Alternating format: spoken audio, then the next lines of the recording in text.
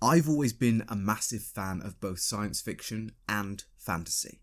It may explain my obsession with psionics. But one feature of both genres is almost never used to its fullest potential in D&D and other TTRPGs. That is, time travel. Now, I know what you're thinking. With the amount of player agency in TTRPGs, is there any way to run a time travel story without risking your narrative unravelling before your very eyes? Yes. And I've done it.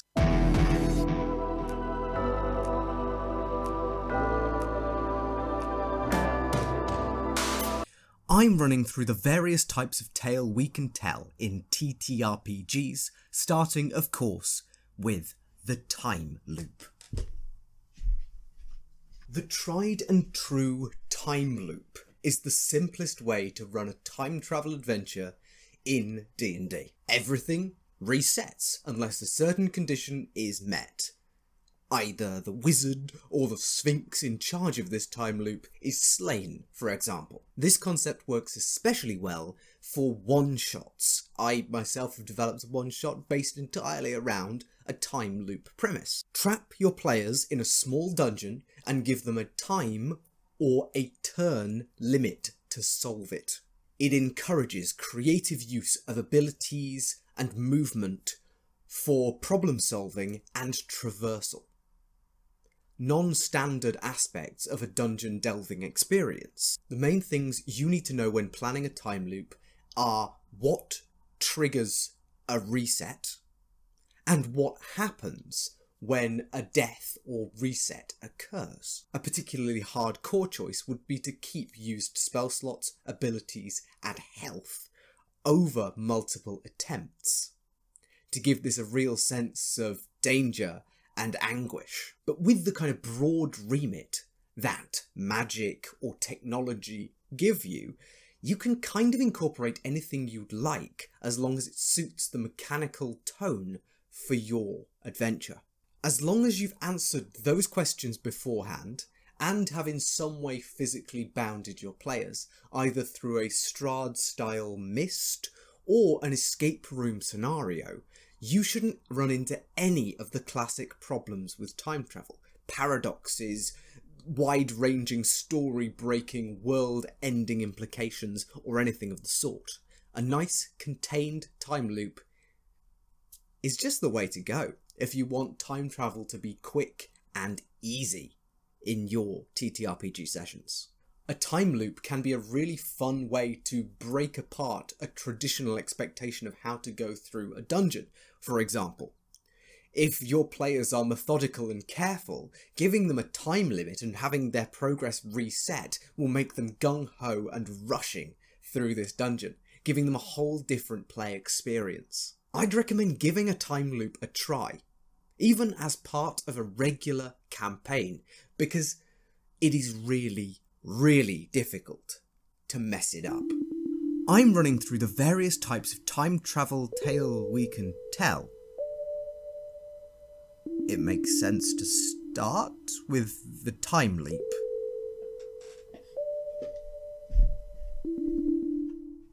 Leaping from one specific time frame to another is a very good way to run time travel stories. If you're feeling fancy, you can even allow your players to take a return trip. The time leap method cuts down on GM prep an awful lot. Rather than needing to prepare something to cover every possible iteration of your world's history and future, you can choose one specific event or happenstance that your players are going to engage with. Choosing the future seems easier. You don't have to worry as much about grandfather paradoxes, and you can simply extrapolate what the future might look like from looking at the present state of your world. It's not quite that simple, though.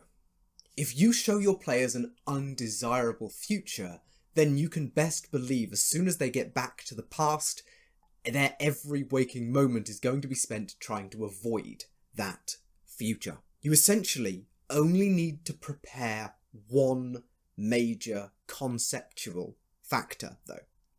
Is the future fixed or not? When using a relatively rules-light TTRPG, there's very little need for more conceptualization than that simple question. You don't need to invent complex mechanics for time travel, and you don't need to decide whether changing things creates branching timelines or alters one central timeline.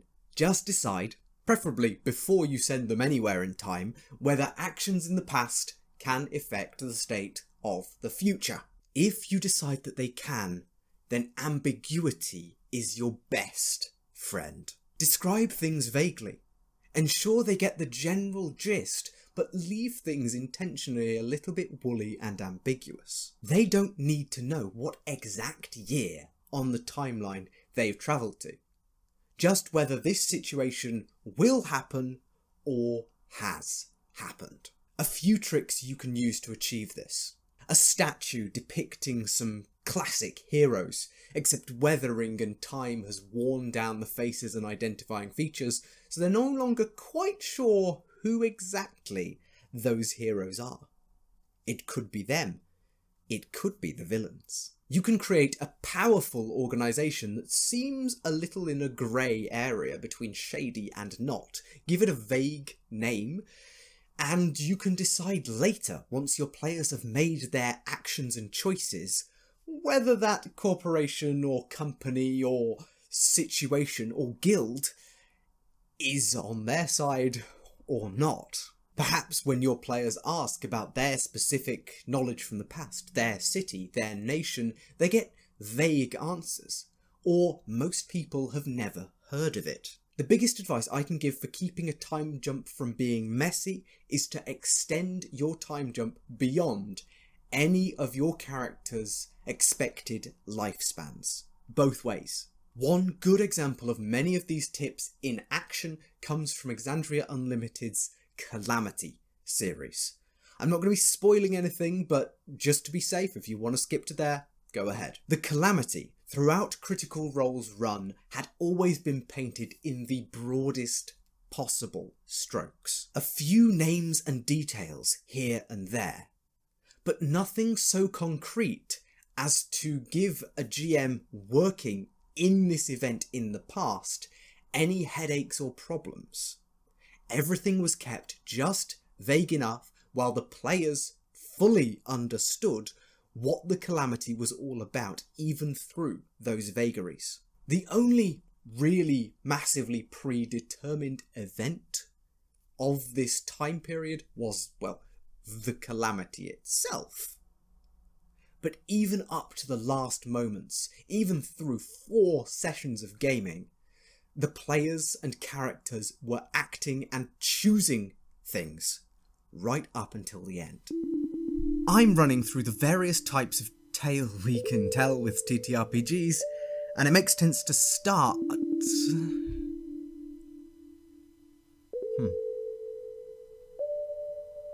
with a discussion of why this medium is actually really quite good at telling this exact type of story.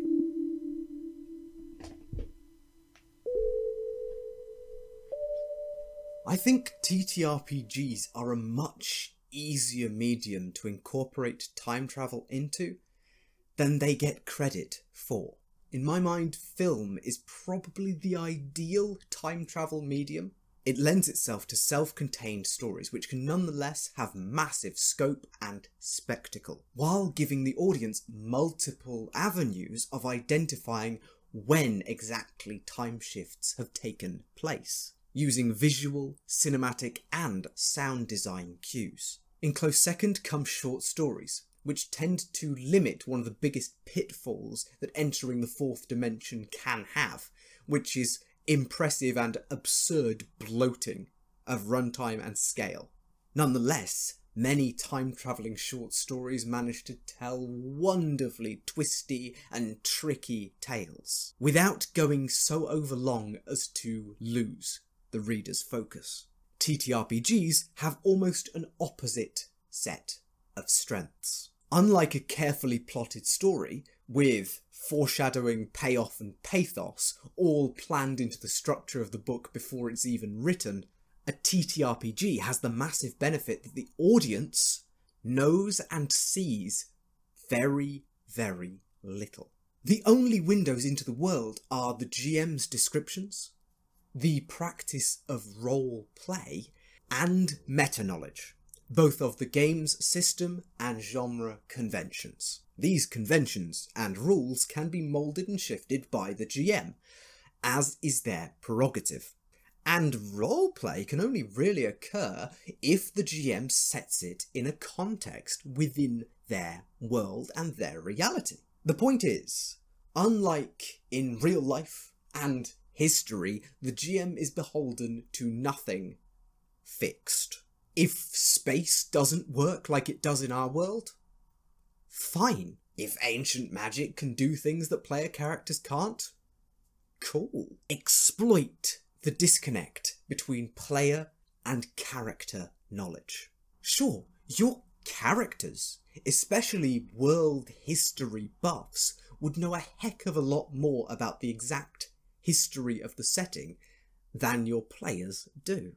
But the thing is, all your players are making decisions based on is the stuff you've told them.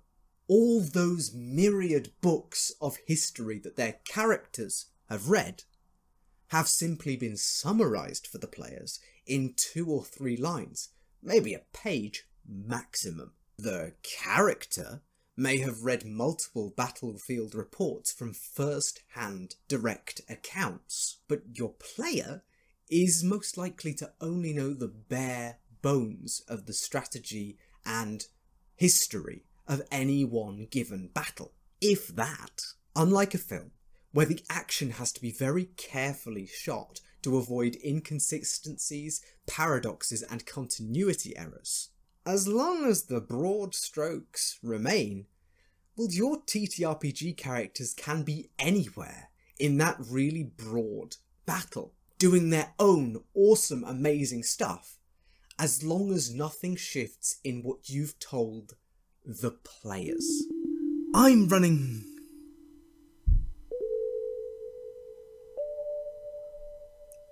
So what happens if your players want to change something?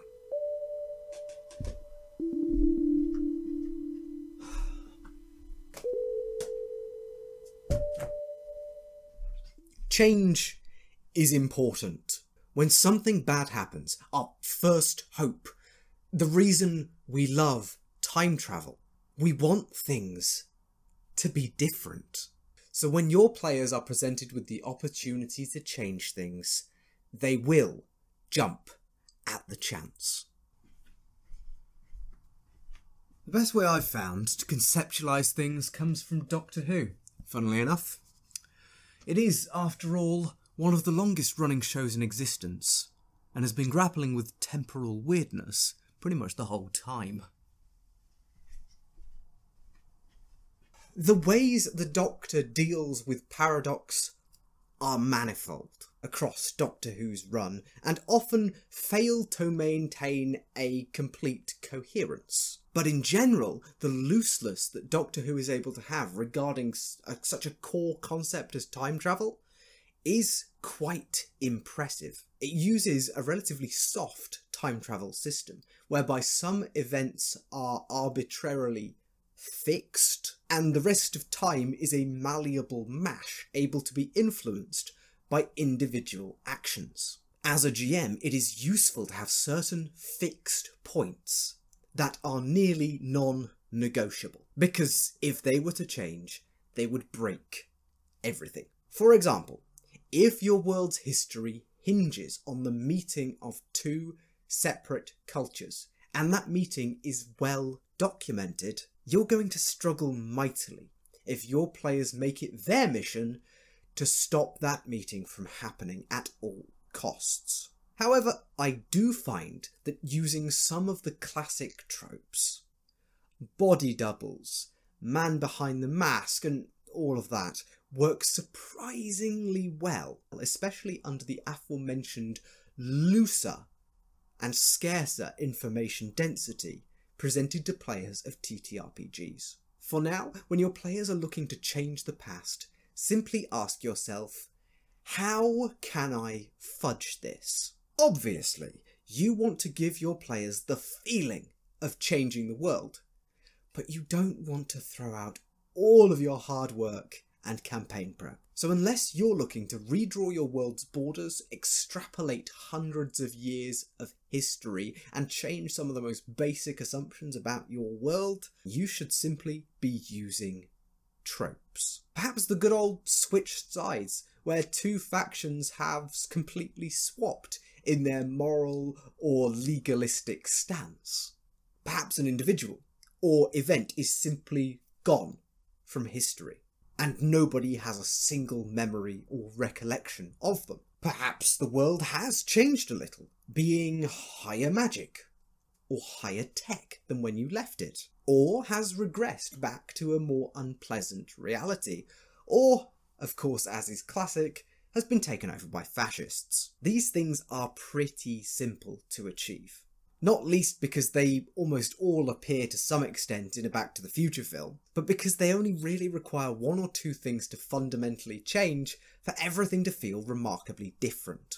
If you really want to sell this being a completely different world, tell your players that their characters notice so many different features. After you start describing the first 2 or 3 changes, your players are going to switch off and stop listening anyway.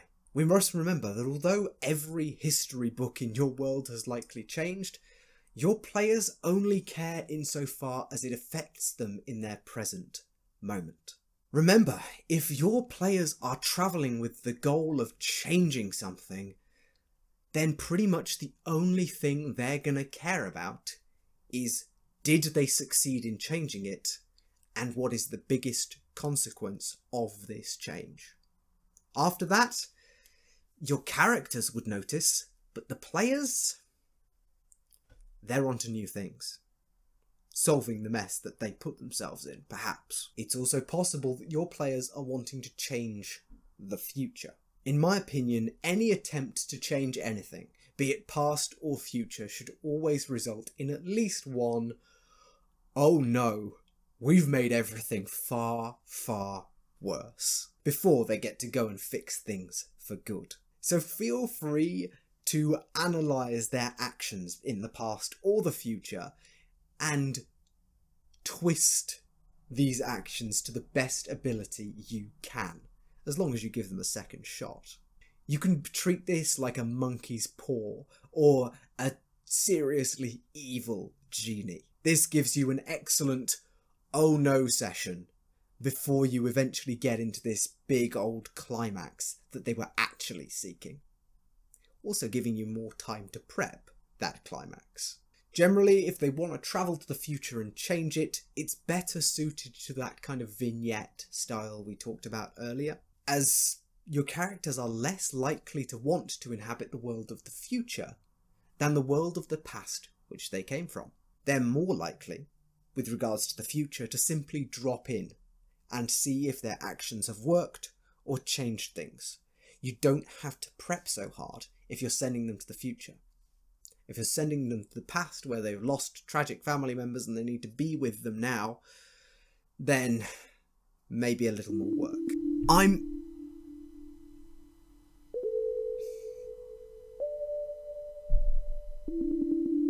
Sorry.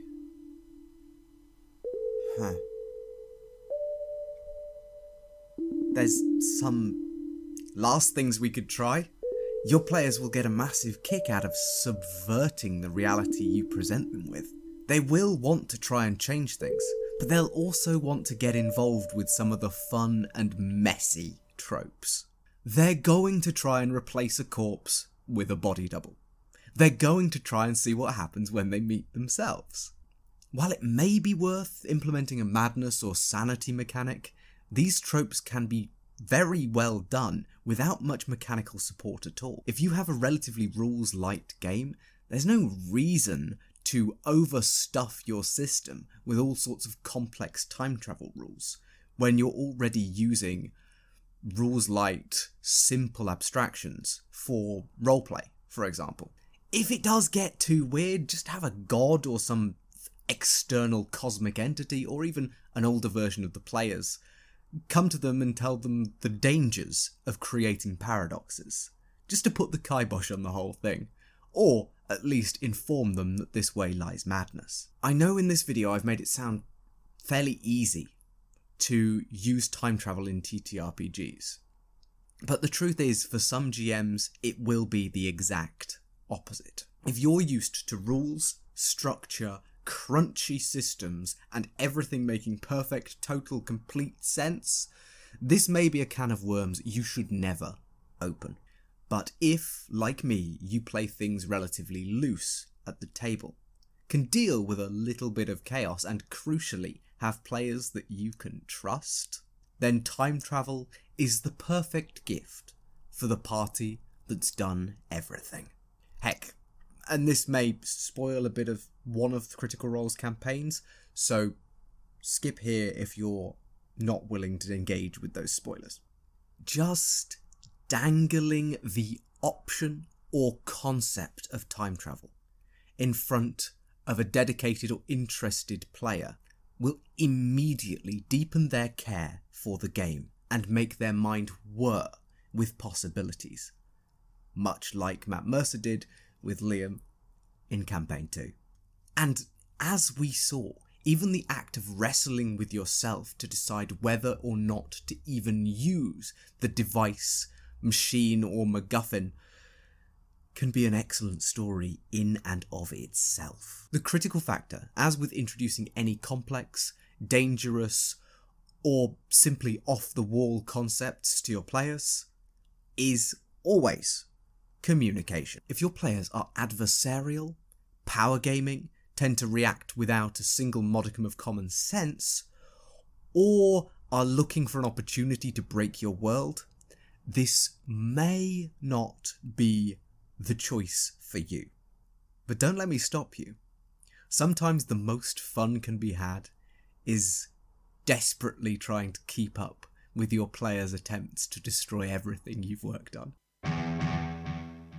I hope this video has at least provided you some food for thought, if not convinced you that TTRPGs are a brilliant medium to actually truly explore the consequences of time travel.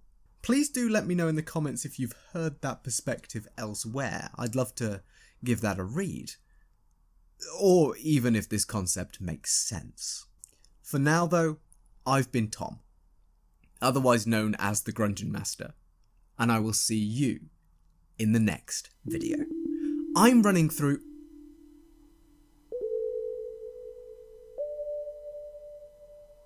Oh. What happens when I...